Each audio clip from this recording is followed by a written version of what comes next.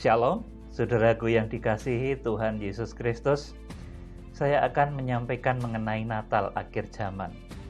Saudara, sekarang kalau kita memperingati Natal kelahiran Tuhan Yesus Kristus, maka di akhir zaman ini akan ada Natal kelahiran tubuh Kristus.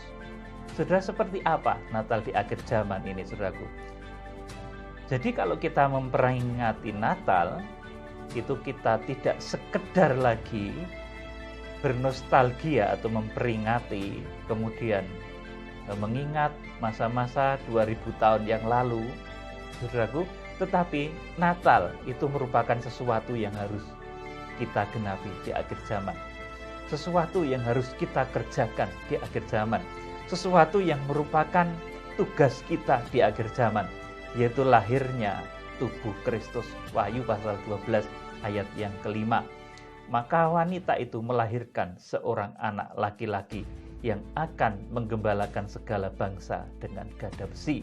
Maka tiba-tiba anaknya itu dirampas dan dibawa lari kepada Allah dan ke tahtanya. Wahyu pasal 12 ayat yang kelima.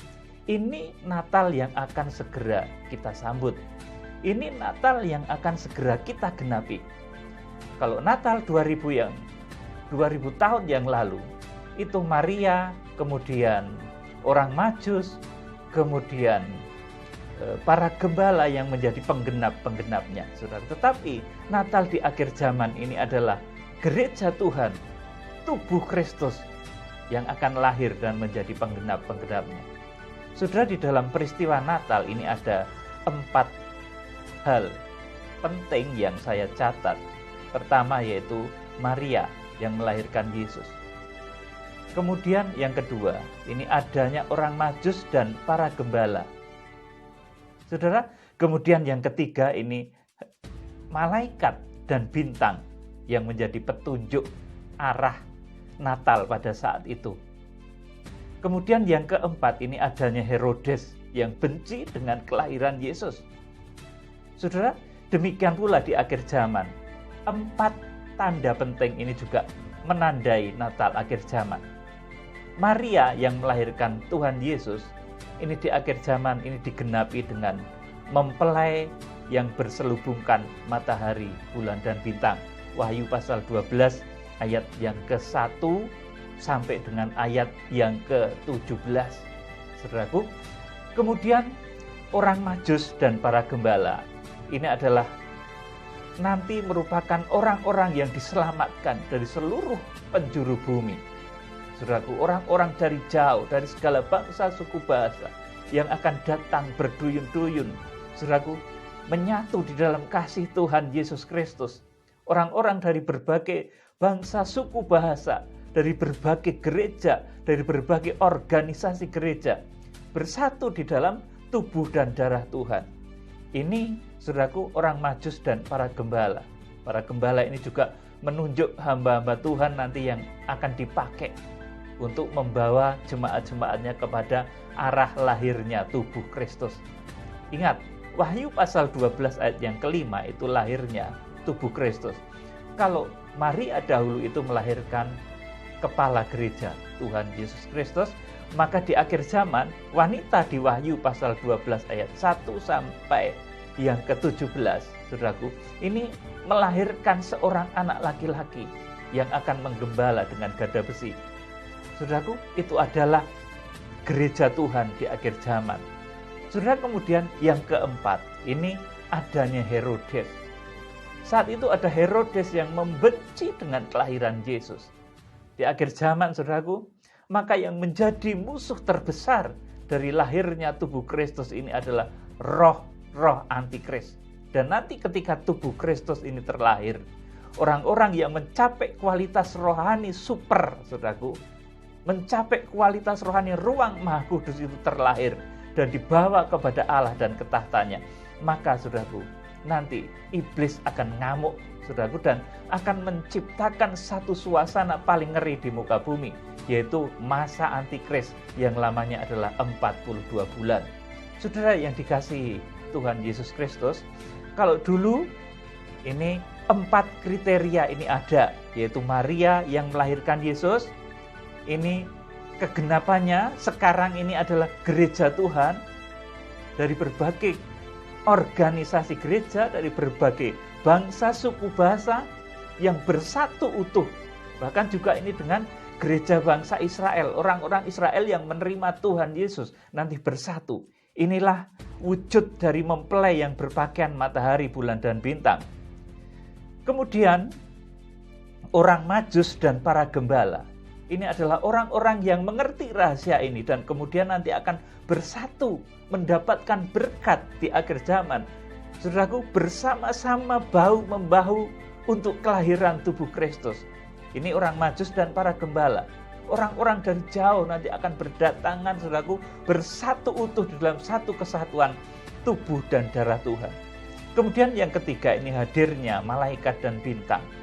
Saudara, malaikat ini dahulu yang memberi petunjuk kepada para gembala kepada tempat lahirnya Tuhan Yesus yang ditandai dengan engkau akan melihat seorang anak yang dibaringkan di dalam palungan dan diselimuti dengan saudaraku, dengan lampen, saudaraku, dan dibaringkan di dalam palungan, saudaraku. Itu tanda bagi para gembala dan yang memberitahu itu adalah malaikat. Kemudian, saudaraku, orang Majus ini datang mengetahui tempat kelahiran Yesus atas petunjuk bintang. Kemudian siapa di akhir zaman ini yang merupakan malaikat dan bintang? Kembali saya sampaikan, untuk kita memahami rahasia kitab Wahyu, saudaraku, kita harus memahami munculnya bintang akhir zaman, yaitu 7 bintang yang digenggam di tangan kanan Imam Besar Agung. Dan di tangannya ia memegang 7 bintang dan dari mulutnya keluar sebilah pedang tajam yang bermata 2. Saudaraku, Wahyu pasal 1 ayat yang ke-16. Itu imam besar yang tampil di akhir zaman. Saudaraku, nanti jadi di akhir zaman akan tampil 7 hamba Tuhan, saudaraku, yang akan menjadi petunjuk bagi jemaat-jemaat akhir zaman untuk mengarah kepada satu visi, yaitu lahirnya tubuh Kristus, bersatunya gereja-gereja Tuhan, tercapainya satu kualitas rohani yang sangat luar biasa, yaitu kualitas anak laki-laki yang lahir. Saudara yang dikasihi Tuhan Yesus Kristus, jadi saudaraku, malaikat dan bintang ini menunjuk nanti munculnya hamba-hamba Tuhan yang berada di dalam genggaman tangan kanan Tuhan, yang di dalam kitab Wahyu pasal 1 ayat 16 disebut sebagai 7 bintang yang digenggam di tangan kanan Imam Besar Agung. Kemudian di dalam kitab Wahyu pasal 2 dan pasal 3 mereka disebut malaikat sidang jemaat Efesus, Smyrna, Pergamos, Tiatira, Sardis, Philadelphia, dan Laodikia. Itu adalah gambaran dari tipe-tipe jemaat di akhir zaman. Saudara, kemudian yang keempat ini munculnya Herodes. Jadi nanti setelah gereja, saudaraku, itu melahirkan jemaat-jemaat yang berkarakter anak laki-laki. Orang-orang yang mencapai tingkat rohani ruang Maha Kudus. Kemudian jemaat itu dibawa lari kepada Allah dan ketahtanya. Saudaraku, maka nanti bumi, saudaraku, akan menjadi ajang pelampiasan nafsu dari iblis si naga tua. Menjadikan bumi masa antikris. Kalau dahulu pada zaman Yesus, kemudian Herodes memerintahkan pembunuhan terhadap anak-anak di bawah umur 2 tahun di Bethlehem. Semua dibunuh. Kalau di akhir zaman nanti begitu anak laki-laki itu lahir, jemaat-jemaat yang mencapai kualitas ruang Maha Kudus itu lahir dan dibawa lari kepada Allah dan ketahtanya, maka saudaraku, nanti iblis akan marah karena tidak lagi memiliki tempat di surga. Wahyu pasal 12 ayat 7 dan 8 terjadi peperangan di surga. Iblis tidak lagi mendapat tempat di surga karena surga sudah, saudaraku, diduduki oleh yang berhak, yaitu anak laki-laki yang dilahirkan oleh gereja di akhir zaman. Anak laki-laki itu siapa tuh, saudaraku? Itu orang-orang percaya yang kualitas rohaninya mencapai tataran ruang Maha Kudus. Dan ini tidak banyak, saudaraku, tetapi nanti akan dilahirkan oleh gereja Tuhan di akhir zaman. Saudara, di samping itu, saudaraku, nanti di Wahyu pasal 12 ayat yang ke-6 dan ayat yang ke-14. Ini gereja juga, saudaraku, akan diungsikan. Saudaraku, jadi gereja akan diungsikan, yang mencapai rohani ruang kudus akan diungsikan. Wahyu pasal 12 ayat 6 dan ayat yang ke-14.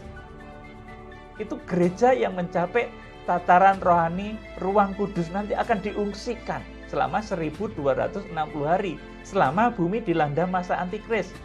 Saudaraku, menunggu kedatangan Tuhan Yesus di Wahyu pasal yang ke-19. Kemudian kanak-kanak rohani, pelataran, saudaraku, ini nanti akan dibiarkan diinjak-injak, diperangi oleh naga itu. Wahyu pasal 12 ayat yang ke-17. Saudara yang dikasihi Tuhan, jadi Wahyu pasal ke-12 ini merupakan kenyataan bait Allah di akhir zaman. Kalau dahulu, saudaraku, ini Maria yang melahirkan kepala gereja Tuhan Yesus Kristus. Tetapi di akhir zaman, Wahyu pasal 12 ayat 1 dan 2, ini adalah gereja-gereja Tuhan dari berbagai bangsa, suku, bahasa, bahkan juga dengan gereja bangsa Israel yang menerima Tuhan Yesus Kristus, yang menyatu di dalam tubuh dan darah Tuhan. Kita bersatu di dalam kesatuan tubuh dan darah Kristus. Saudara yang dikasihi Tuhan, inilah saudara kenyataan bait suci Allah. Kalau bait suci Allah pada zaman Musa itu ada ruang Maha Kudus, ini yang tertinggi, kemudian ruang kudus, saudaraku, kemudian yang paling luar itu namanya pelataran. Saudara, maka di Wahyu pasal 12 ini, saudaraku, menurut kadar rohani yang dicapai oleh gereja Tuhan, maka gereja Tuhan, orang-orang percaya tersebut akan diperlakukan oleh Tuhan. Maka gereja Tuhan, maka jemaat-jemaat Tuhan akan diberikan satu keputusan, satu perlakuan oleh Tuhan sesuai dengan kadar rohani yang dicapainya. Wahyu pasal 12 ayat 1 sampai 17 ini memang secara, saudaraku, letterlex tidak menuliskannya, tetapi di dalam hikmat, di dalam roh, saudaraku, ini kelihatan, saudaraku. Siapa, saudaraku, orang-orang atau bait Allah yang mencapai ruang Maha Kudus? Mana itu ruang Maha Kudus? Katanya Wahyu pasal 12 itu, saudaraku, wujud dari bait Allah sejati. Ruang Maha Kudusnya, saudaraku, dari Wahyu pasal 12 ini adalah anak laki-laki yang dilahirkan gereja Tuhan di akhir zaman. Saudaraku, saya akan bacakan Wahyu pasal yang ke-12 ayat yang ke-5. Maka ia melahirkan seorang anak laki-laki yang akan menggembalakan semua bangsa dengan gada besi. Tiba-tiba anaknya itu dirampas dan dibawa lari kepada Allah dan ke tahtanya. Amin. Saudaraku, ini, saudaraku, wujud dari ruang Maha Kudus bait suci Allah di akhir zaman. Orang-orang, saudaraku, yang mencapai tataran rohani ruang Maha Kudus. Oleh karena itu, yang pertama diselamatkan di Wahyu pasal 12 ini adalah anak laki-laki itu.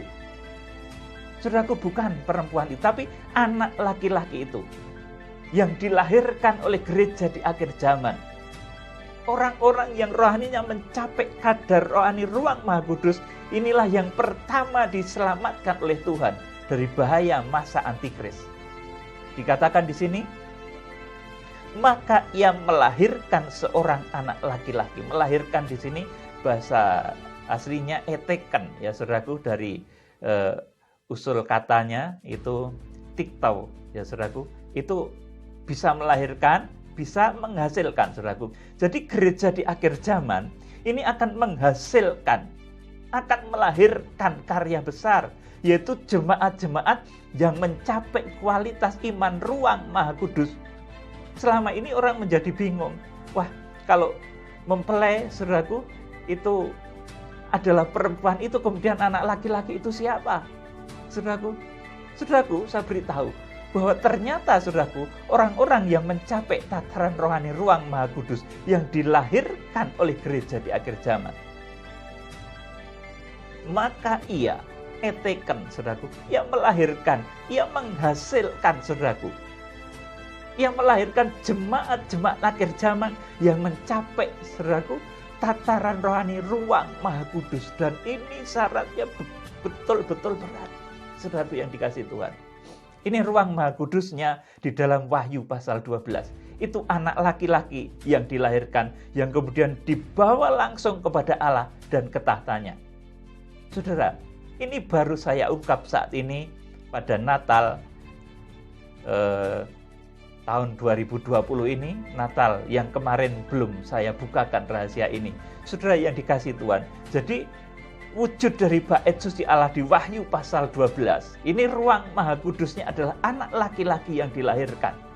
Saudaraku, artinya saudaraku, gereja akhir zaman akan melahirkan, petekan, tiktau, saudaraku, menghasilkan jemaat-jemaat yang karakter rohaninya adalah karakter ruang Maha Kudus. Karakter seperti Yesus, karena ini badannya Tuhan. Saudara yang dikasihi Tuhan, oleh karena itu, saudara, kalau 2000 tahun yang lalu itu lahirnya kepala gereja, maka di Wahyu pasal 12 ayat yang kelima ini, lahirnya badannya Tuhan. Orang-orang yang mencapai kadar rohani ruang Maha Kudus, saudara, yang langsung dibawa kepada Allah dan ke tahtanya, harpazo, bahasa dirampas, dibawa dengan paksa, langsung dibawa, diselamatkan dari bahaya si ular tua yang mengejar itu, saudara. Kemudian ruang kudusnya ini adalah perempuan yang diungsikan ke padang belantara pengungsian. Saudaraku, Wahyu pasal 12 ayat yang ke-6 dan ke-14. Saudara, Wahyu pasal 12 ayat yang ke-6 dan ke-14. Perempuan itu lari ke padang gurun, di mana telah disediakan suatu tempat baginya oleh Allah, supaya ia dipelihara di situ 1260 hari lamanya. Kemudian ayat 14, kepada perempuan itu diberikan kedua sayap dari burung nasar yang besar, supaya ia terbang ke tempatnya di padang gurun, di mana ia dipelihara jauh dari tempat ular itu selama 1 masa dan 2 masa dan setengah masa. Saudaraku, ini jemaat di akhir zaman yang mencapai tataran rohani ruang kudus nanti akan diungsikan Peugo ke satu tempat yang disiapkan oleh Allah selama 1260 hari. Di sana tempatnya dikatakan sebagai padang gurun, eremos. Saudaraku, ini padang belantara, tempat-tempat sepi, padang belantara yang indah. Saudaraku, kesanalah nanti, saudaraku, orang-orang yang mencapai tataran rohani ruang kudus ini akan diungsikan, yaitu ke padang belantara pengungsian eremos bahasanya. Saudaraku, ini, saudaraku, merupakan satu tempat yang indah, yang gambarannya adalah di Wahyu pasal yang ke-14. Saudara bisa baca sendiri nanti ya, saudaraku. Jadi orang yang mencapai tataran rohani ruang kudus, ini pun sudah berat loh, saudaraku. Ruang kudus ini sudah berat, harus memiliki meja roti sajian. Ini artinya bersekutu dengan firman Tuhan, saudaraku. Rajin baca firman, dengar firman, saudaraku. Kemudian bersekutu dengan Roh Kudus, saudaraku. Memiliki, saudaraku, persekutuan yang intim dengan Roh Kudus, kemudian memiliki jam-jam sembah, memiliki 3 tanda orang yang masuk di dalam level ruang kudus ini. Saudara harus mengejar paling tidak ini, karena nanti pelataran itu akan diizinkan, ditinggalkan, diinjak-injak oleh keganasan antikris di akhir zaman. Wahyu pasal 11 ayat yang kedua, kalau saudara membaca. Saudara yang dikasihi Tuhan, jadi kenyataan bait suci Allah, saudaraku, di akhir zaman yang nampak seperti, saudaraku, di sini digambarkan sebagai wanita yang berselubungkan matahari, bulan, dan bintang. Saudaraku, itu kenyataan bait suci Allah yang dikatakan oleh Tuhan sebagai tubuhnya sendiri. Rombak bait Allah ini, dan dalam 3 hari aku akan membangunnya kembali. Dan yang dimaksud dengan bait suci itu adalah tubuhnya sendiri, tubuhnya itu kita. Tubuh Kristus, jemaat Kristus, mempelai wanita Kristus, saudaraku. Jadi jemaat Tuhan di akhir zaman ini nampak di Wahyu pasal 12 ayat 1 dan 2. Ini nanti akan melahirkan, saudaraku, 3 perkara loh, saudaraku. Yang pertama tadi, saudaraku, anak laki-laki yang dilahirkan, kemudian langsung dibawa kepada Allah dan ke tahtanya. Gereja di akhir zaman akan melahirkan orang-orang yang berkarakter iman ruang Maha Kudus. Ini super, bisa merobek Ini tirai daging. Saudara, kemudian gereja di akhir zaman itu juga akan, saudaraku, yang mencapai tataran ruang kudus ini akan diungsikan. Theogo, Wahyu pasal 12 ayat yang ke-6, ke satu tempat yang disediakan oleh Allah. Namanya adalah padang belantara pengungsian, Eremos, saudaraku. Satu tempat yang disediakan oleh Allah, tempat yang indah itu. Wahyu pasal 14. Itu gambarannya nanti, saudaraku. Jadi orang-orang yang mencapai ruang kudus, saudaraku, wujud dari ruang kudus, saudaraku, ini adalah jemaat-jemaat yang mencapai tataran rohani ruang kudus, nanti akan diungsikan ke satu tempat yang disiapkan oleh Tuhan. Kemudian, yang ketiga, wanita itu juga melahirkan keturunan yang lain. Ini, saudaraku, orang-orang yang tidak mencapai kriteria rohani, saudaraku, sebagai orang yang dewasa rohani, dia kanak-kanak rohani, dia pelataran yang tidak ikut diukur, saudaraku, tidak diungsikan dan juga tidak dibawa lari kepada Allah dan ketahtanya, tetapi dibiarkan diinjak-injak. Wahyu pasal 11 ayat yang ke-1 dan ke-2, ukurlah bait suci Allah dan mezbah dan mereka yang beribadah di dalamnya. Tetapi kecualikan pelataran, karena ia telah diberikan kepada bangsa-bangsa asing, dan bangsa-bangsa asing itu akan menginjak-injak selama 42 bulan. Saudaraku yang dikasihi Tuhan Yesus, saudaraku, ini kemudian pelaksanaannya adalah di Wahyu pasal yang ke-12 ayat yang ke-17. Saudaraku, kalau saudara melihat itu, maka naga itu, saudaraku, maka marahlah naga itu kepada perempuan itu, lalu pergi memerangi keturunannya yang lain, yang menuruti hukum-hukum Allah dan memiliki kesaksian Yesus. Amin. Saudaraku, jadi Wahyu pasal 12 ayat 1 dan 2, gereja jemaat yang berbakaian matahari, bulan, dan bintang, itu tidak hanya melahirkan anak laki-laki yang langsung dibawa kepada Allah dan ketahtanya, tetapi juga memiliki keturunannya yang lain. Saudaraku, di sini dikatakan, yaitu orang-orang pelataran rohani, sekedar Kristen, Kristen halaman, Kristen tapi seperti kemarin saya sampaikan, cirinya mulutnya masih kotor, tidak bisa mengendalikan mulut. Saudaraku yang dikasihi Tuhan, itu ciri dari Kristen pelataran, Kristen halaman, itu mulutnya kotor, penuh hujatan, cacian, makian, saudaraku. Kristen ya Kristen, tapi mulutnya kotor, najis, jahat, saudaraku. Masih suka mengumpat, mencibir, menghina, dan lain sebagainya. Itu Kristen halaman. Oleh karena itu, di dalam kitab Wahyu pasal 14 ayat 5, saudaraku, digambarkan orang-orang yang diungsikan saja, saudaraku, itu bisa menguasai mulutnya, saudaraku. Bisa menguasai mulutnya, dan di mulut mereka tidak ada dusta, mereka tidak bercela. Saudara yang dikasihi Tuhan, orang yang berdosa, dosa apapun itu, saudaraku, yang tersembunyi atau yang tidak tersembunyi, itu nanti akan tercermin dari ucapan mulutnya. Betul, saudaraku. Orang yang mulutnya itu sudah benar, saudaraku, bisa mengucapkan hal-hal yang benar, yang baik, dan yang kudus, saudaraku, itu pasti, saudaraku, dia tidak melakukan dosa. Tapi kalau orang yang melakukan dosa, bagaimanapun juga, ini mulut akan mengeluarkan sesuatu yang tidak baik. Karena mulut ini mencerminkan, saudaraku, Wahyu pasal 14 katakan, di mulut mereka tidak ada dusta, karena mereka tidak bercela. Saudaraku, Yakobus juga menggambarkan ukuran kesempurnaan itu adalah ucapan mulut. Saudara, jadi orang berdosa itu bagaimanapun juga, ini mulutnya akan kotor. Saudara, tetapi orang kudus ini bagaimanapun juga, ini mulutnya akan kudus.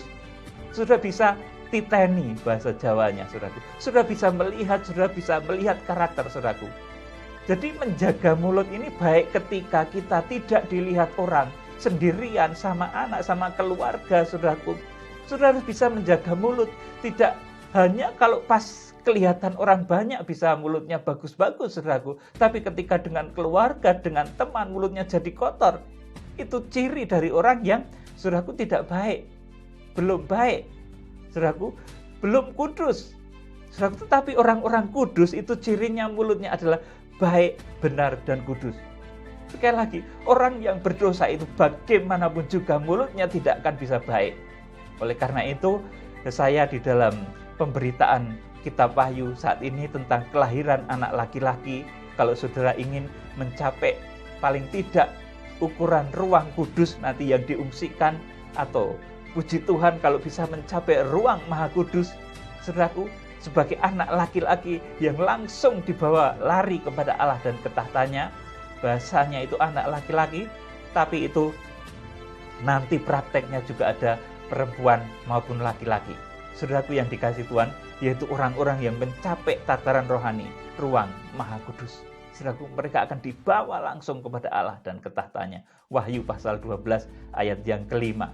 Saudara, kalau saudara ingin mencapai, saudaraku, tataran yang ini sehingga saudara dihindarkan dari bahaya Herodes akhir zaman, antikris akhir zaman, si pembinasa keji, maka saudara harus bisa menjaga mulut. Saudara, mulai saat ini jaga mulutmu untuk mengucapkan kata-kata yang baik, kata-kata yang benar, yang positif, yang membangun, saudaraku. Bagaimanapun juga, saudaraku, orang berdosa itu nggak bisa mengeluarkan kekudusan dari mulutnya, nggak bisa, saudaraku. Betul-betul nggak bisa. Nanti keceplosan juga lama-lama, saudaraku. Jadi saudaraku yang dikasihi Tuhan Yesus Kristus, saat ini saya sampaikan, kalau menatal, saudaraku, 2000 tahun yang lalu itu ada 4 tanda, yaitu Maria yang melahirkan Yesus, ini pertama. Yang kemudian, yang kedua, orang Majus dan para gembala, ini.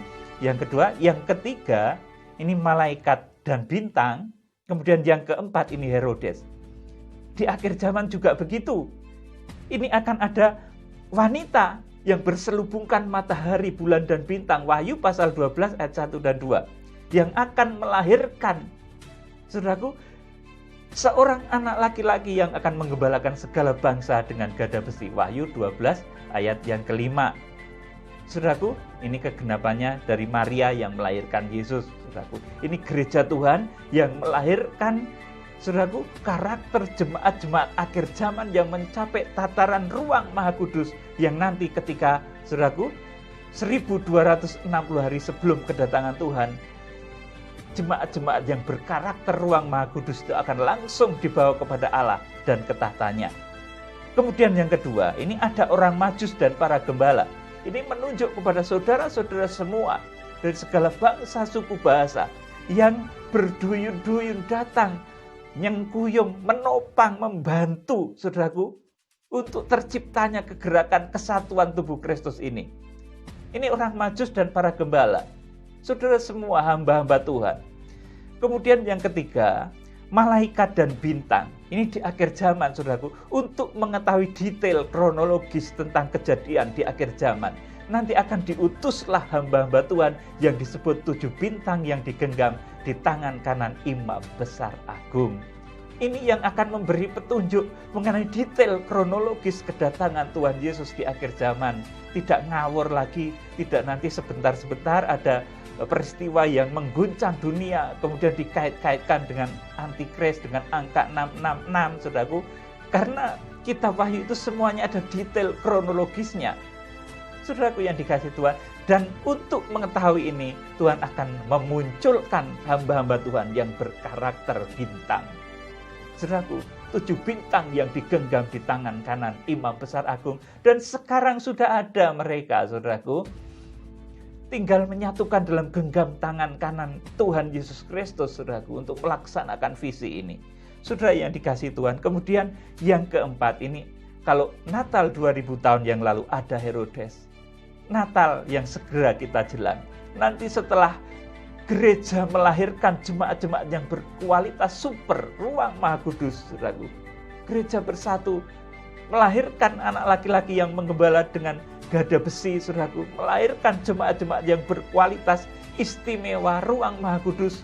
Tiba-tiba anaknya itu dirampas, diselamatkan pertama kali oleh Tuhan. Kemudian yang kedua, perempuan itu diungsikan. Gereja yang mencapai ukuran ruang kudus itu diungsikan ke satu tempat yang namanya eremos atau padang belantara. Yang gambarannya adalah di Wahyu pasal yang ke-14 ayat 1 sampai ke 5. Saudaraku, luar biasa sekali. Kemudian Selanjutnya, saudaraku, yang kanak-kanak rohani akan dibiarkan diinjak-injak oleh antikris. Akan dibiarkan, saudaraku, diperangi oleh naga itu. Wahyu pasal 12 ayat yang ke-17. Saudaraku, ini Herodesnya akhir zaman. Nanti akan menciptakan masa yang begitu ngeri yang disebut dengan masa antikristus yang lamanya adalah 42 bulan. Wahyu pasal 13 ayat yang kelima menuliskan. Jadi demikian, kiranya Tuhan memberkati saudara dengan roh hikmat dan wahyu. Kita segera akan menjelang. Kita akan menjadi pelaksana Natal akhir zaman. Natal 2000 tahun yang lalu melahirkan Tuhan Yesus Kristus. Natal yang akan kita jelang dan kita menjadi penggenapnya. Nanti gereja akhir zaman akan melahirkan tubuhnya Tuhan Yesus Kristus. Anak laki-laki, saudaraku, yang akan dibawa lari kepada Allah dan ke tahtanya. Salam penuaian Tuhan Yesus Kristus, Imam Besar Agung, memberkati saudara, memberkati orang-orang yang laksana orang Majus, memberkati usahamu, memberkati pekerjaanmu, menyembuhkan penyakitmu. Tuhan Yesus Kristus, Imam Besar Agung, menyertai melawat hidup saudara. Salam penuaian. Tuhan Yesus Kristus memberkati. Amin.